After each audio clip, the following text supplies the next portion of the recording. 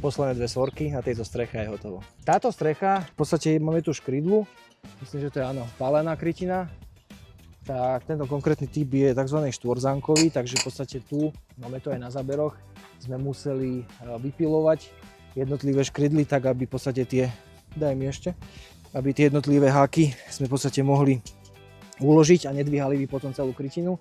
Takže tuto konkrétne 2 ľudia, v podstate keby sme to brali bez prerušenia, tak nejak 1,5 dňa pre 2 ľudí zhruba, áno.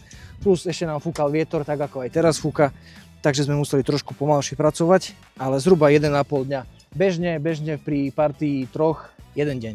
Vieme v podstate bežné 10 kW, čo sú z tých vyšších výkonov, 10-11 kW pri dobrom sklone, dobrej prístupnosti strechy, za 1 deň je strecha v podstate hotová a tým pádom v podstate paralelne s tým rovnaký deň sa robí elektroinštalácia.